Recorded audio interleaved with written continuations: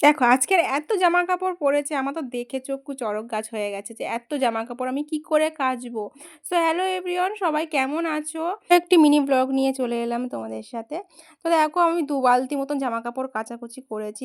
কারণ ২ দিন আমার শরীর খারাপের জন্য আমি কাচতে পারিনি। তো ২ দিনের জামাকাপড় ১ দিনে পড়েছে। মানে বুঝতেই পারছো কতগুলো জামাকাপড় পড়েছে। তো সেইগুলো এখন ভালো করে কাচা ধোয়া করে এখন এখানে মেলে দেবো। আমার যেহেতু নিচে জায়গা নেই বাইরে মেলার জন্য, সেই জন্য দেখো আমি এই পারেই মেলে দিচ্ছি। আর এই ঘরটা আমার জায়েদের। তো এখন কমপ্লিট হয়নি, এখানে এমনি টুকটাক এটা সেটা থাকে। তো এপারে দেখো আমি দড়ি দড়ি টাঙিয়ে দিয়েছি, এই পারে আমি জামা কাপড় সবসময় মেলি। তো এপারে না রোদটা একদম বিকেল পর্যন্ত থাকে, খুব ভালো। আর আজকের রোদটাও কিন্তু উঠেছে খুবই ভালো।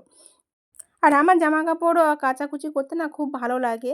কিন্তু মাঝে মধ্যে শরীর খারাপ হলে তখন না মনে হয় যে আজকের একটু রেস্ট দিই। তো সেইজন্য করে মানে কাচাকুচি মানে কদিন করিনি, ২ দিন ভর।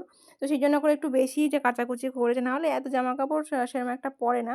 তো আমার সব জামাকাপড় কিন্তু মেলা হয়ে গেছে। আর আমি দেখো এখন মানে হাঁপিয়ে গেছি এতগুলো জামাকাপড় মেলে। আর দেখো ঘরের ভিতরে কিছু মানে পাতলা যে কাপড়গুলো থাকে সেগুলো ঘরের মধ্যে মেলে দিয়েছি। আর এই মোটা মোটা যে কাপড়গুলো সেগুলো বাইরের দিকে দিয়েছি।